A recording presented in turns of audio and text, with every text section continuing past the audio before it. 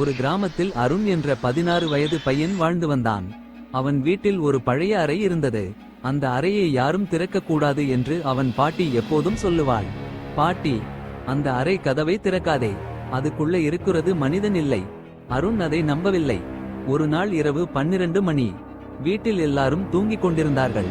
அருணுக்கு அந்த அறையிலிருந்து தக் தக் தக் என்று சத்தம் கேட்டது. அவன் மெதுவாக கதவுக்கு போனான்.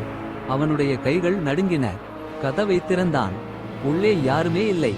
ஆனால் சுவரில் என்னை வெளியே விடு என்று சிவப்பு எழுத்தில் எழுதப்பட்டிருந்தது. அருண் பயந்து பின்னால் திரும்பினான். அங்கே ஒரு கருப்பு நிழல் நின்றிருந்தது. அது மெதுவாக சொன்னது, 20 வருடமா நான் இந்த அறையில்தான் இருக்கேன். அருண் ஓட முயன்றான்.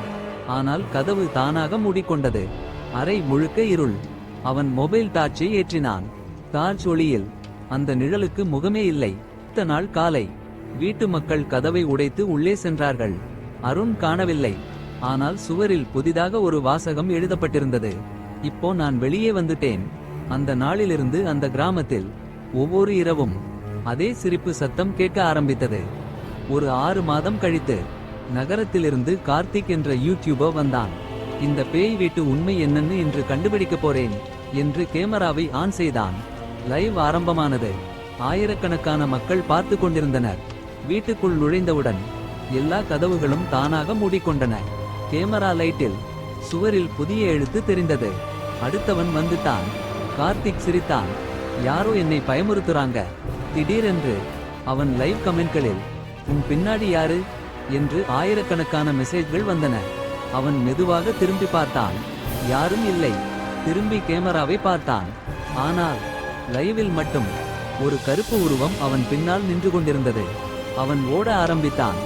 ஆனால் எவ்வளவு ஓடினாலும் அதே அறைக்கே திரும்பி வந்தான். கடிகாரம் பார்த்தான். நண்பகல் 12 மணி. 5 நிமிடம் கழித்து மீண்டும் பார்த்தான். இன்னும் நண்பகல் 12 மணி. நேரமே நகரவில்லை. அந்த நேரத்தில் அறையின் மூலையில் ஒரு சிறிய டைரி கிடந்தது.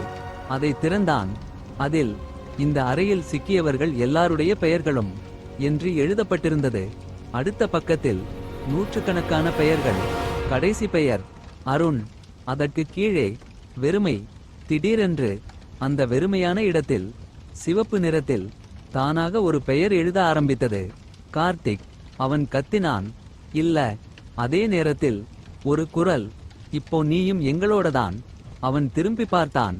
அங்கே அருண் நின்றிருந்தான். ஆனால் அவன் கண்கள் முழுக்க கருப்பாக இருந்தது. அவன் மெதுவாக சிரித்தான். என்னால வெளியே வர முடியல. நீயும் முடியாது. அந்த முகமில்லாத நிழல் மெதுவாக கார்த்திக்கை நோக்கி நடந்தது. அவன் கண்களை மூடிக்கொண்டான். ஒரு பெரிய அலறல்.